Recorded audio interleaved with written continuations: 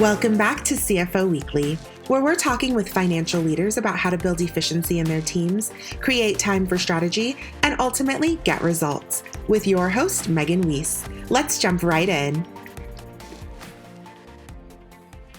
Today, my guest is Victor Wong. Victor is the CFO of Flipp, a planning and savings app that helps shoppers provide for their families by making life more affordable. As CFO, Victor is responsible for leading the development and successful execution of Flipp's strategy, as well as the operational effectiveness of the company. Prior to assuming the role of CFO, Victor established and scaled both the content operations and finance teams. Leading content operations, he formed a 140-member team working with 1,500 plus retailers to deliver local savings and deal content to shoppers across North America. In leading the finance team, he helped raise more than $60 million in 2 rounds of financing. Before joining Flipp, Victor spent 8 years at Ernst & Young, 6 years in the assurance practice, and 2 years in the transaction advisory services group, working on both buy-side integration and transaction diligence. Victor graduated from Western University with an honors business administration degree. He also holds a chartered professional accountant's designation. Victor, thank you so much for joining me today. Yeah, hi, Megan. Thanks for having me on your podcast. Yeah, I'm really looking forward to this discussion. Today, we'll be talking a bit about your experience and how to scale quickly when working in a hypergrowth environment, all while implementing processes, structure, and systems, and of course, managing change. So first of all, tell me a bit about yourself and how you got to where you are today. Yeah, great.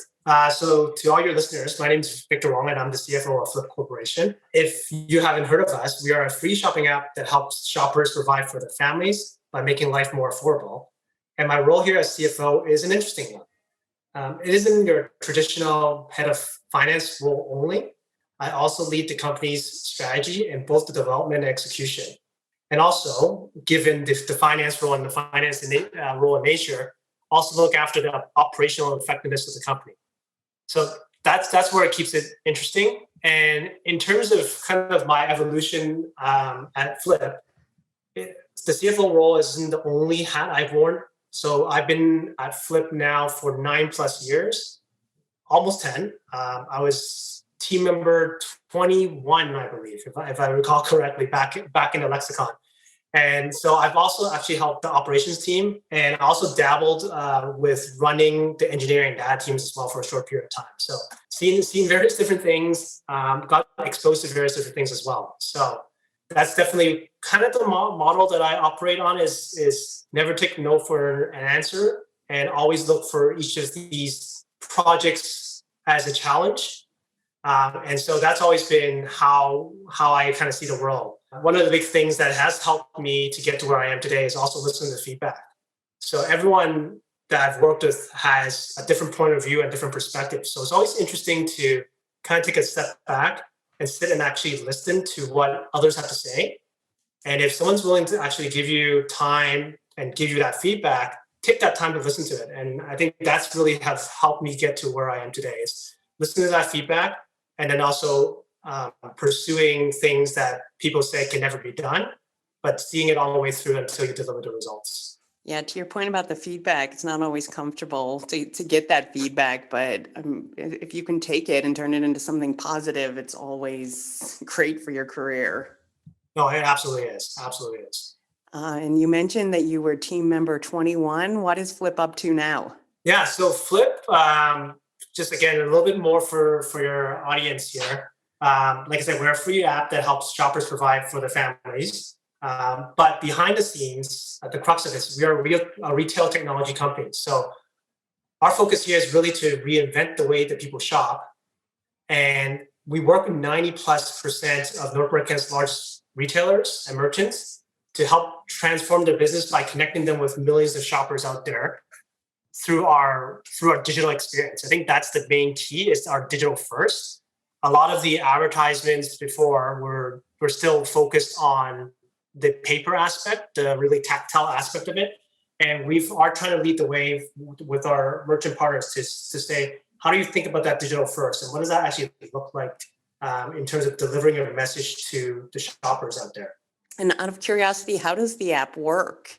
Yeah, so It's one of the big things for us is really around the weekly shop. That's where we want to ensure that we are providing the most value to the chief decision maker. That's what we call it. The chief household decision maker is providing them with the ability to find their local savings and deals. So we know how difficult it is, especially what has happened over the past year and a half or so with COVID. Job losses and things like that, and the cost of just living has gone up.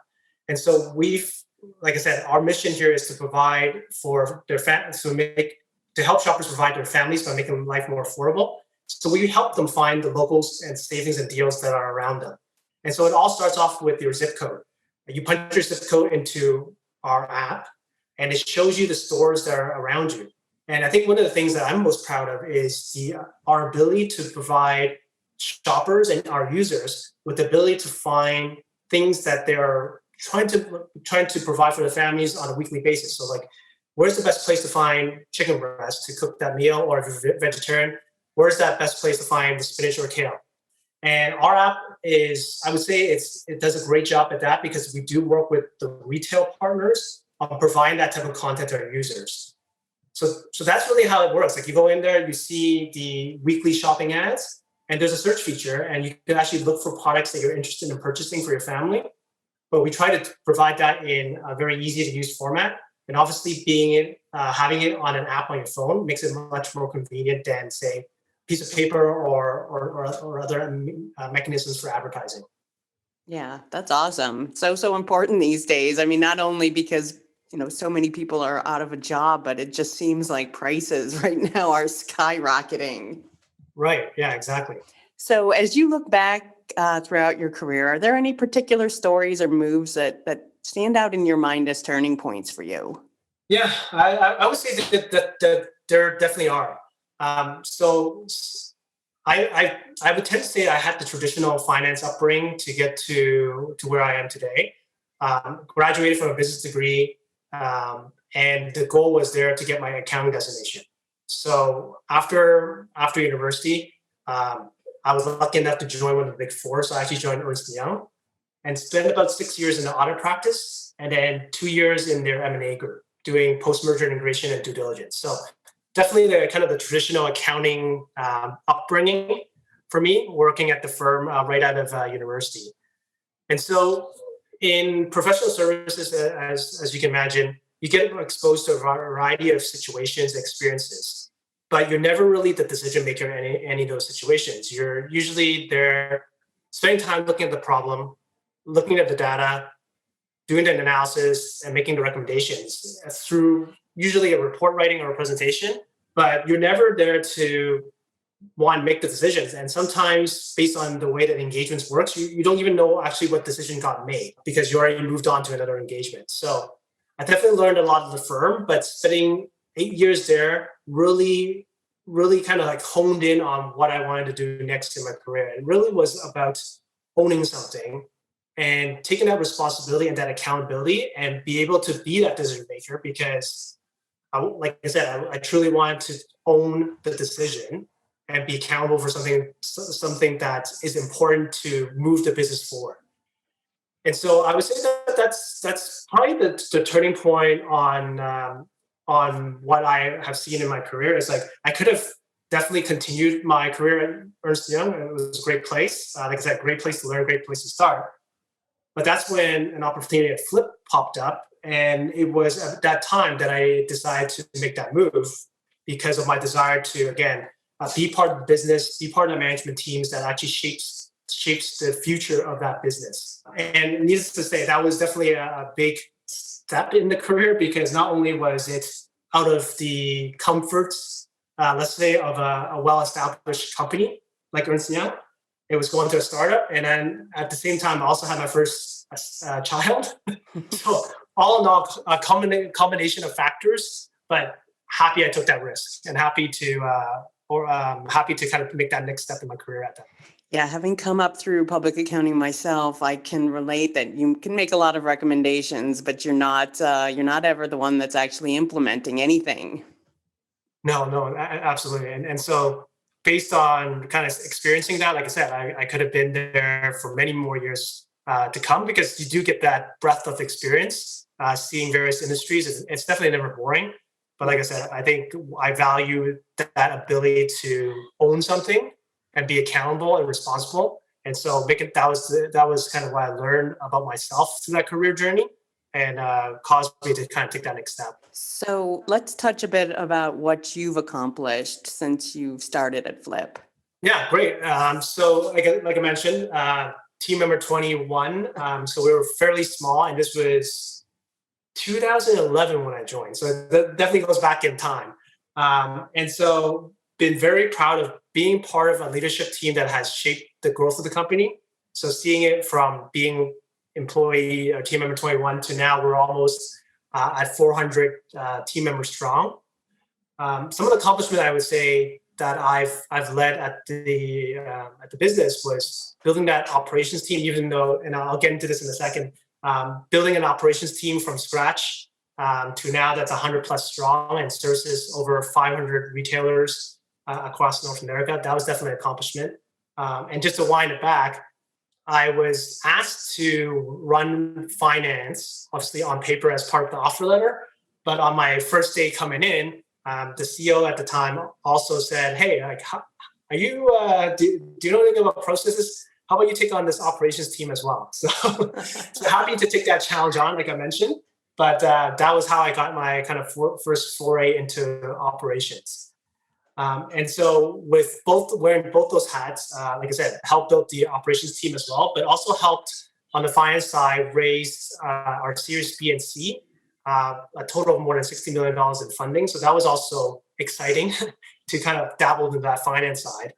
I think the thing that I was most proud of over my time at Flipp so far is seeing the culture and the team members thrive. So individuals and team members that you've coached in the past or managed in the past, seeing them develop into leaders and seeing them carry on the same attitude, the principles and the values that you've talked to them about before in your one-on-ones and your coaching sessions, and seeing them instill that to others. That was really something that I was definitely proud of, seeing that in action the first time. Having someone still talk about those principles that we've discussed in a previous one-on-one years ago, and seeing that team kind of continue that path of growth. That's something that I'm pretty proud of, being able to build that type of culture, principles, and values. Yeah, and having worked at both large and small companies, I can relate to the fact that, you know, a smaller company allows you to wear so many more hats, which I find to be interesting and keeps life, you know, it keeps work fun. So yeah, absolutely. So we all know that 2020 was a difficult year. As you look back on, let's say, the last 12 months, what have been your greatest challenges? And is there anything that you would have done differently? Yeah, we're kind of reflecting on and we're in Canada, so we're definitely not out of the woods yet in terms of the pandemic that's impacting us. I think one of the greatest challenges that if I kind of reflect back on the year and a half or so that's been, is really around this expectations that as the leader, as the CFO of the company, for example, or as even just part of the management team, there's a general expectation that you know everything. And I think that's definitely not the case. And I would suggest any of your listeners, if they have that type of expectations, to kind of throw that out the door. Especially with the pandemic, you can be a student of history and kind of look in the past and how things got done. But no one has really ever faced this. And I personally definitely not have faced a business situation like this that was been impacted from the pandemic itself. And so I think looking back, it was definitely okay and celebrated, I think, a little bit to come out and say that I actually don't know, and I don't have a concrete way of dealing with this, but to the team and let them know that, but here's what I do know. And based on that, here is the plan, and really bring the team along in part of those conversations. I think that's one of the things that our team, based on the feedback that they've provided us, have really appreciated that. being vulnerable and not saying, come out and do a town hall and say, yeah, like we got this.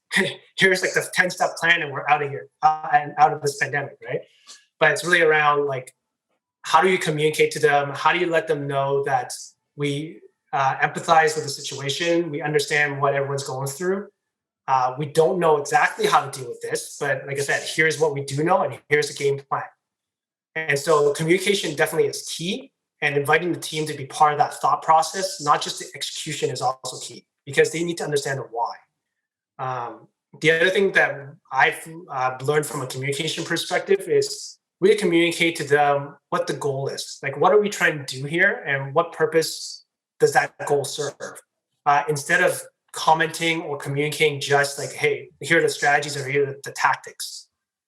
So for us, over the past, when we started at the beginning of the pandemic, it was really about ensuring the company and ensuring the team members of the company that we will do everything in our power as management to ensure the company continues, right? To continue as going concern, but while at the same time protecting jobs. So we flat out came out and communicated that to the team. And I think that actually sets everyone at ease for the most part, because when the pandemic started, like there was so much uncertainty in the world, to create that type of uncertainty and not come out like up front as management and say that to the team that these are our goals and objectives, I think that would have been a disservice.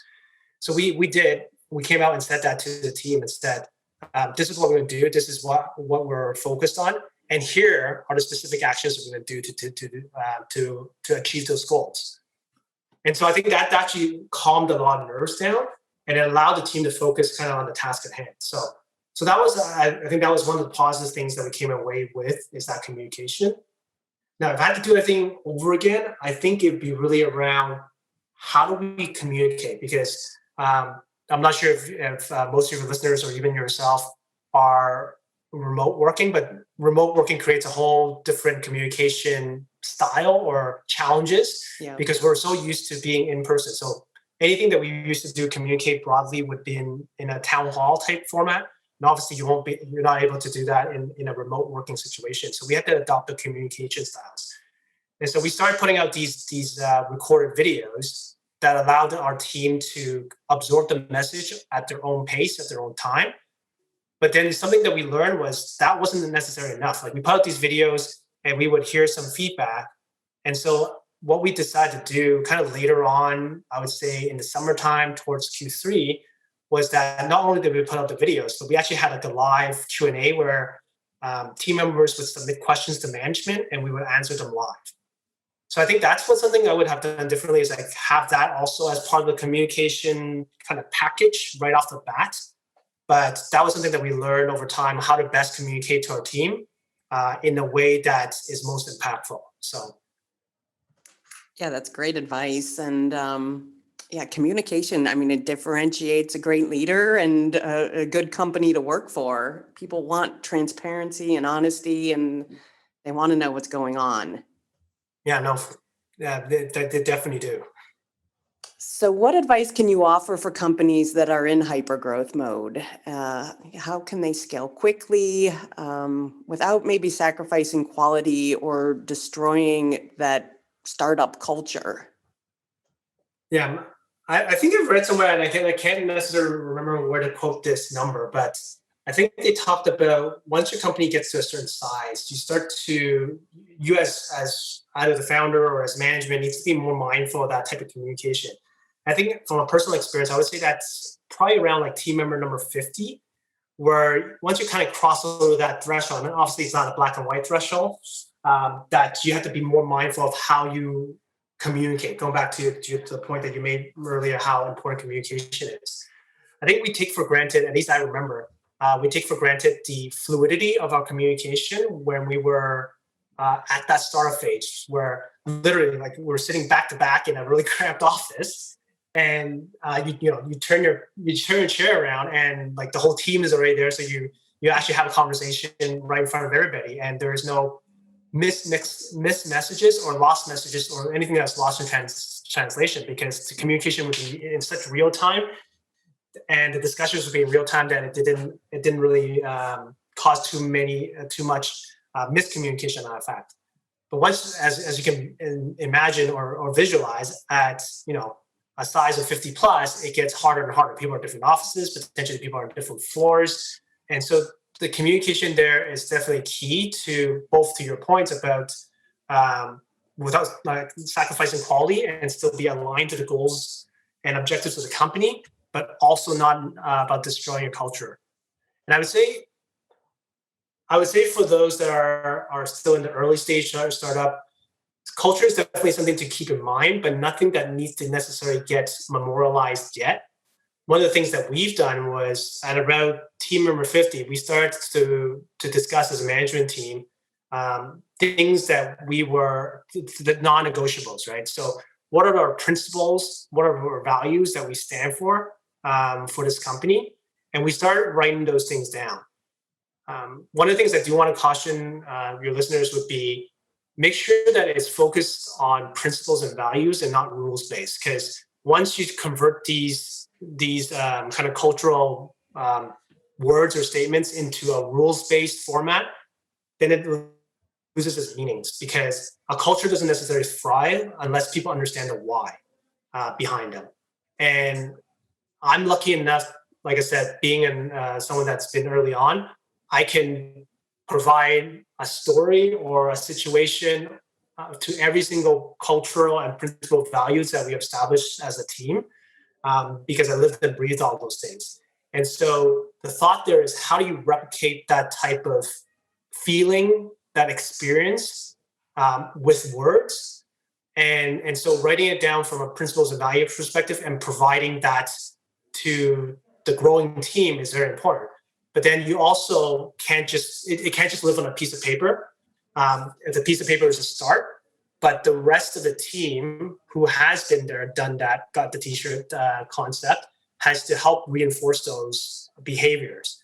And that sometimes means having that uncomfortable conversation, because you're calling out bad behaviors as well. But like I said, again, people need to understand the why we're doing this. And I would say that's where the cultural values and trying to ensure the culture actually holds true and continues to scale the business.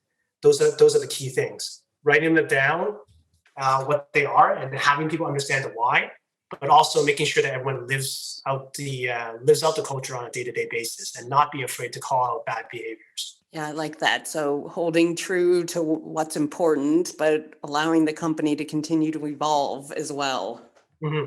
So as many businesses mature and outgrow the startup phase, many of them lack the processes that are necessary to function efficiently. So having done it before, how do you build structure in an organization and implement processes? Yeah, this was probably a fun answer here. I think the first thing is for the entire team, and it can't just be a few, because everyone has to be bought into scaling up the business. So like we've got the startup which is the hypergrowth that you mentioned earlier, but how do you scale up that success? And a lot of times, at least what I've experienced, is a lot of people, once they experience that success, they don't necessarily see that need for change, right? And so the first thing I would suggest is making sure that people do understand the why, and the need to make that change, so that you're no longer a startup, but you're more of a scale up. And so a personal story here would be, we experienced some pretty, exponential growth in our early years as Flipp. And so as the CFO and head of finance, the question was always like looking ahead at the future, and to your point, wanting to install some processes, again, not to the nth degree, and install process for process sake, but process to help actually scale up the business. And I did get a lot of resistance in the business, because they were like, why? Like, why do we need to do this? Like, we're like, you see our growth percentage, just like it's continuing to grow. We're a great product market fit. Like, why are we spending time working on processes and things like that, right? And that was the challenge, right? That was the challenge for me, to be able to articulate that to the company. And right or wrong, I wasn't that successful at doing it at the first time. I'm definitely a lot more successful in the recent years. So this is probably the second and third try that I've done to articulate that. But it was definitely that. It was like making sure that people understand the why of doing that because again, people see it process as extra work, where the narrative actually is not process as extra work, is that processes allow the company to actually think about the next opportunity and be a lot more planful at how they want to execute and go after that opportunity. Because in a lot of startups, there's a little bit of that shiny object syndrome where we kind of chase the next opportunity, and it's great. It's entrepreneurial. It's fun. It's exciting. But when the world is your oysters, you gotta be able to pick and choose what are the right opportunities, and timing is also everything as well. So having processes there, I think this is what I would tell everybody, is that it actually allows you to move faster because you have thought through and you have analyzed kind of the opportunities at hand without necessarily like running a test and learn continuously as you navigate it. So process-wise, I would say that is important to have a plan, but also definitely to understand what the goals of the companies are, and then what is the strategy that the company wants to take to achieve those goals. And once you have that, and I know these are words that I'm saying, but once you have that, I think it makes it easier to actually have that decision-making framework. But it's to outline where you want to go in that 2 to 5 to 10 years, the strategy that needs to get there, and then you put together a plan to bring that strategy to life. I think those are the general steps I would recommend around scaling up the business. Because definitely, like we've experienced some challenges not having a well thought through strategy and plan. And what advice can you offer companies who are feeling growing pains in the form of their systems? We all know that implementing a new system is painful. So how can you choose the right one, not only for just right now, but also with the future in mind? Yeah, I can definitely go into that. I'll start off with a quick example since we're talking about finance. And it was about our accounting system. And hopefully this will illustrate the point to your listeners about picking the right systems.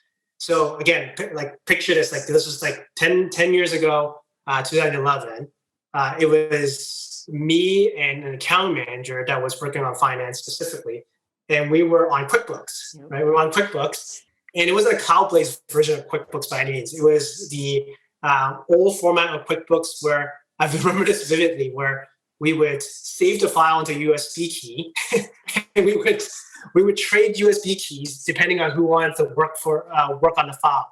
And so there was numerous times where we had like colliding files, version control issues, but that's how we started. And so as the company got bigger, even just that specific problem of sharing the accounting information was becoming cumbersome. We decided obviously to embark on getting an accounting system that would kind of set us up for the future, right? So this would be probably to look at like year 2, 3, and 4 and beyond of the business and so on. And so again, looking for an accounting system, I'm sure again to your listeners, they've definitely got the pitches from Great Plains, NetSuite, all those ERP systems that everyone's heard of. And when we did the RFP, one of the big things was really understanding how that system was actually going to work for us versus us working for the system. And so I think that's a great way to look at it. I mean, that's a great way to look at it. Yeah. and I'll give you a couple of examples to kind of bring that point out. The understanding kind of what the business needs is very important. So put that in your RFP as like the criteria of what you're looking for.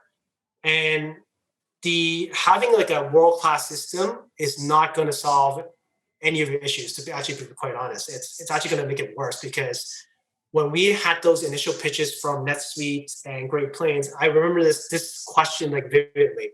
It's like, because we're in the start stage and scaling up, I asked, I think, the consultant, and that's like that was my first kind of clue in that this could be trouble, was I had to go through a system implementation with a consultant.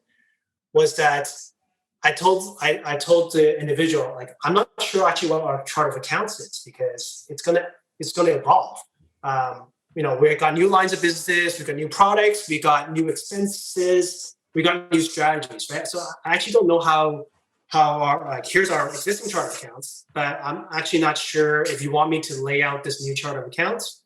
I need to evolve, right? Like, it has to evolve the business. And so I asked the person, I was like, so if I do want to make that change after the system gets implemented, how am I going to do that? And they're like, well, you have to contact me. I'm like, oh. So every time I want to make a change to the chart of accounts, I need to reach out to you. And they're like, yes, because we need to do like a back-end implementation on it. And so I don't know what the system is, and I hope none of your listeners would take this as a knock about any of the system, because it's not. But that's how I was communicated about that product. So I thought to myself, I'm like, oh, that's not very helpful. I want to ensure that I'm basically in full control of my accounting system, because going back to that point, it needs to work for us. Like, I can't work for it. And so we actually ended up, we're off the system now, but this system served us well. We selected an online cloud-based system, because when we got down to the root of it, we didn't need all the bells and whistles that the NetSuite, the Great Plains system offered. Going back to the example, we really needed something that was actually pretty basic, because our accounting system at that time, or our accounting transactions, wasn't that complicated. We just needed something to solve the problem of sharing. So we selected a cloud-based system. It was on a monthly subscription fee, so it was like $40 a month. I can edit my own chart of accounts, but it served us great. It served us great for that phase of growth, for that scale up, because we were collaborative, because everything was on the cloud. We didn't have to worry about upgrading the versions. And then when the time our auditors came, which was really awesome, was the fact that we would track all the invoices were automatically either taken in through email and stored in an accounting system, or we would scan it in. And most of the time, by that time, everyone was just emailing PDFs, right? So when the time the auditor came in, they would just log in, like we give them like a read access login to our accounting software, and that was taken care of. Like, we didn't have to pull any necessary files for them. And so wrapping this whole kind of like the story up, going back for your listeners, is really around making sure you understand what you need out of that system. Like, what are some of the pain points that you're currently experiencing and potentially experiencing down the road? And don't look for that kind of everlasting solution. You will always probably evolve, right? As the business evolves, the systems will need to evolve as well. But what will serve you for the next 2 to 5 years? What are some of those pain points? Can you foresee some of those pain points? And so write that all down, and then go through an RFP process where, as you look at the systems that are out there, do those systems satisfy those criteria? And then obviously talk to your peers and your colleagues, those that have used the systems, because I've heard various pros and cons directly from them.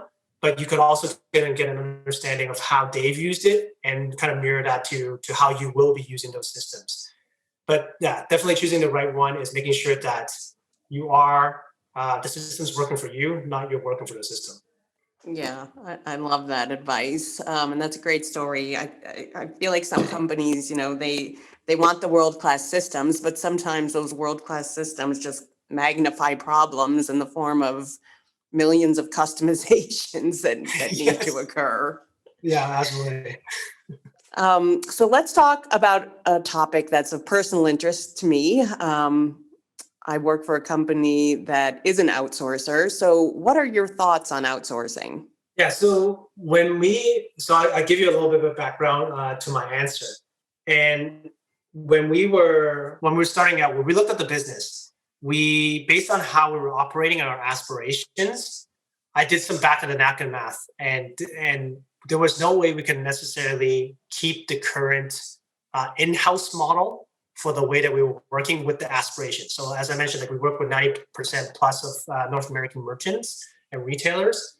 And so with that type of aspiration, we couldn't, a model of having everyone in-house on our operations team would not have worked. That was the back of the napkin math.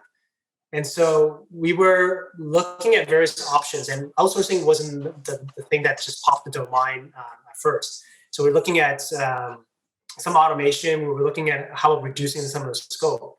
But when we played it all out onto onto the plan, none of those things actually made sense. And so the outsourcing thing was one of the things that's actually made a lot of sense as we discovered it and as we considered it.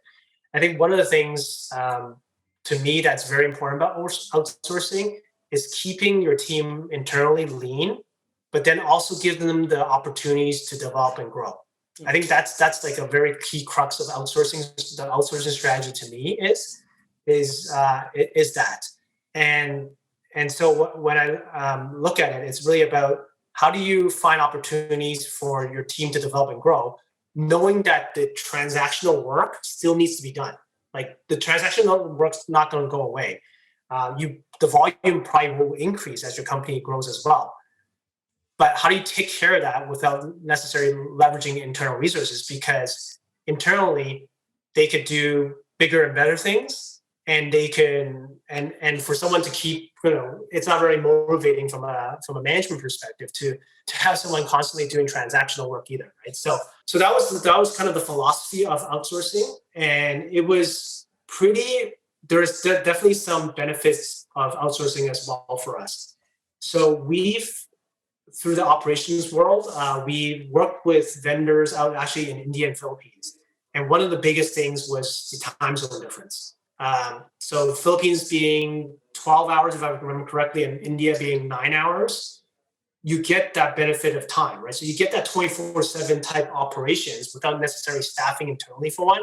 Yeah. That is a great model to have, because you could, set it up so that you kind of head home from your day out in North America, and then on the other side of the world, they pick up the work and continue working on it. So it's a nonstop way to continue, and you kind of leverage that time. And so that's been great for us, getting that type of efficiency from a time zone perspective. And then the other thought there is really around, when we looked at outsourcing, some of our decision-making framework to outsource work is really around the process complexity. So picture like a 2x2 matrix, process complexity, and then the context required to do the work. And so context required is always a difficult one. So if you are, say, running like an onboarding with a client, that's probably work that's probably not outsourceable, because of the context required to navigate through those conversations.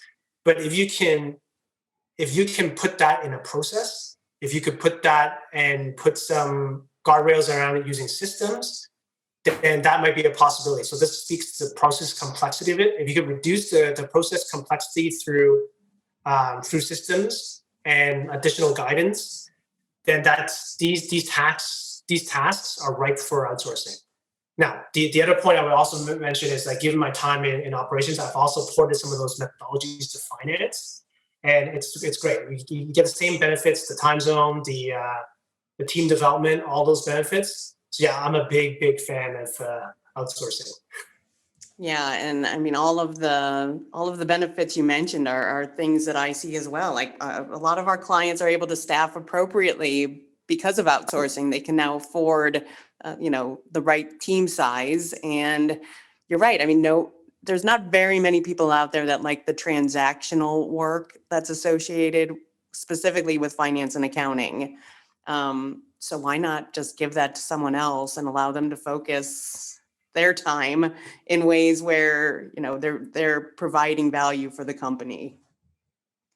Yeah, and I've seen, so the one of the main, if I could describe it from a visual perspective, since we're on the podcast, one of the things I've seen, and this is a great articulation of like finance type work, is the traditional finance work is more built upon like a pyramid. So at the very bottom is your transactional work. At the very top is your strategy, and the size of that kind of a width, you can picture a pyramid, is probably your time spent on that type of work. Yeah. And for the most part, it is transactional, because you're going to process invoices, you get to do your journal entries, you get to do your reconciliations, and all those things. But what I really like is in the same kind of article that I saw was, how do you convert that pyramid into a diamond? So your transactions actually are still at the bottom, but it's reduced. And then you're doing more of that analysis work, which is kind of that middle layer before you go from strategy to analysis to transactions. So how do you minimize that transactional work focus the team more on the analysis, because that's where it helps the rest of the business make decisions. If they have the right data points, if they hit the right analysis, if they have it in a timely fashion, this is how finance can support the business in making the right decisions. Yeah. And so I think the outsourcing model, that is, in my opinion, the best way to get that, aside from, say, automation, but that's the best way to kind of, knowing that transaction work is still required, to minimize that for the internal team and kind of take that pyramid into that diamond shape, so that your internal team can focus more on the kind of the next level work, that analysis work to support the rest of the business. Yep. And that's a great visual, the pyramid to the diamond. So as a CFO, what are your greatest concerns these days? What exactly is keeping you up at night? The thing that's keeping me up today is given the pandemic and how it's changing the market, I think there's a real opportunity for the businesses kind of to help establish the new normal. I think I've heard the terminology of like, what is normal, the new normal, all these things. But I think there's a great opportunity for the businesses today to work differently and establish that kind of new norm.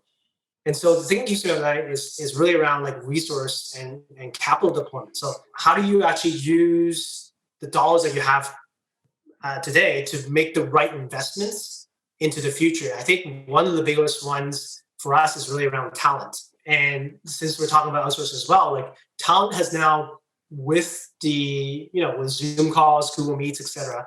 I think a lot of businesses are open to remote working. And so it really, like this past year and a half, has really kind of removed the stigma around remote working.